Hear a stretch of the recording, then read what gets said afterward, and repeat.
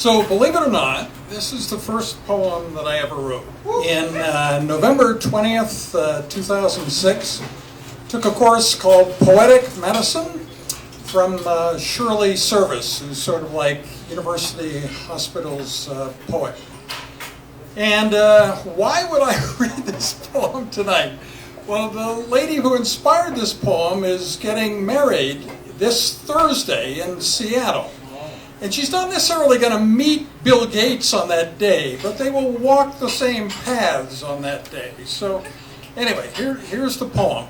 The other cool thing about this poem, although it's very civilized, it made Shirley Service blush. And I was quite impressed that a poem could make a lady blush like this. So beyond all expectations. So beyond all expectations, so much something I never dared to expect, never was able to imagine until it occurred, never thought was possible, so did not think about it at all. The sum of all there is now in life, beyond Coca-Cola Zero, is so much greater than the sum I thought could exist. If love is more than this, then, from a different angle, this is more than love. All right, so do you know who Buzz Aldrin is? Buzz Aldrin is an astronaut, right? And he and I spoke in the same program a year ago, in May 2014. He's 84. It's a high stage with stairs on two extreme ends of the stage. And he's sitting at the table, and they're, you know, in the main area there, and they're announcing that he's going to talk, and trying to figure out how is he going to get from there to there. So at age 84, he takes this run and leaps up on stage, a little bit unsteadily grabs hold of the podium, lifts himself up, and starts speaking. Mallory Chipman, you may know, is a 21-year-old singer in this city, and she and I are both involved in a Leonard Cohen event in 2016, which I'm sure you'll all want to come to. So we were promoting this in Dublin, Ireland, last July, and she did exactly the same thing. She was suddenly needed on stage.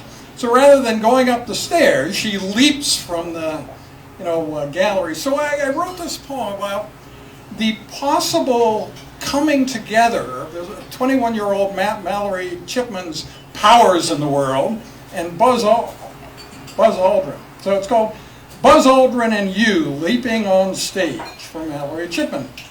In the rehearsal in Dublin, with your mother watching, when you leapt on stage from the floor, I saw in a moment that you and Buzz Aldrin were counterbalancing forces and more. Watching the grace with which you moved, one knew that humanity was going to be all right. As one also felt watching 84-year-old Buzz teetering at the podium after a jump onto the stage with might. He steadied himself and started speaking. You steadied yourself and started playing and singing. It was plain that by combining the Buzz and Mallory forces in the world, the forces of evil and darkness don't stand a chance and can't be bold. Buzz Aldrin leaps on stage are legendary and inspire astronauts from afar. Yours are no less inspiring, wonderfully musical, and also reach the stars. So go Buzz, go Mallory, keep on keeping on. Humanity needs that transcendent leaping as a force to rely upon. So you can also judge whether I've learned anything about poetry between 2006 and now. Okay, and finally, have any of you heard the phrase in perpetuity? That phrase is not used very often. So recently, somebody made a financial contribution to the stuff that I do, the futuristic stuff you've heard me talking about, in perpetuity. I'd never imagined somebody would do that. So that means that from their credit card, from their bank account, month after month after month, for as long as they live. This money will flow from them to me. It just never occurred that never appeared to me that this would ever happen. And the guy tried to explain how he had done this. He said, I'm just a humble clinician. Well, that's like, a doctor who actually takes care of people. That most of us don't think of that as a humble profession. So I wrote this poem about him and the fact that he had given this money in perpetuity to support the strange and weird things that I do. Courageous humanity and Donor3. Courageous humanity does seed donations in perpetuity. What a splendid way of giving, reflective of good living and well-earned prosperity. I never imagined it coming to me. Now checking the numbers I see, there must be a donor number 3. This in perpetuity business has thus become infectious, emerging from the nicest sentiment. It almost seems heaven sent.